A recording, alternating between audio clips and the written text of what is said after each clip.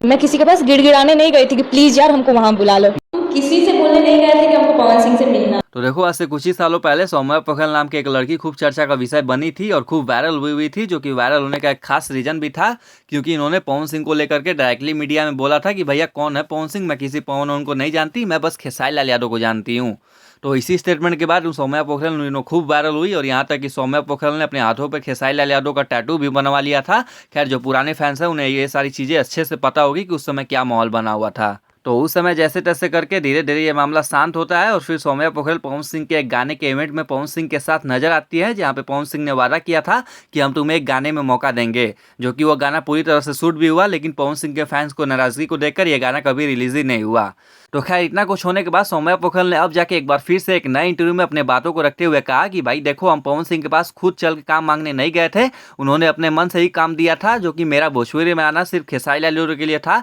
और हम बस खेसारी लाल यादव के ही साथ में काम करना चाहते थे।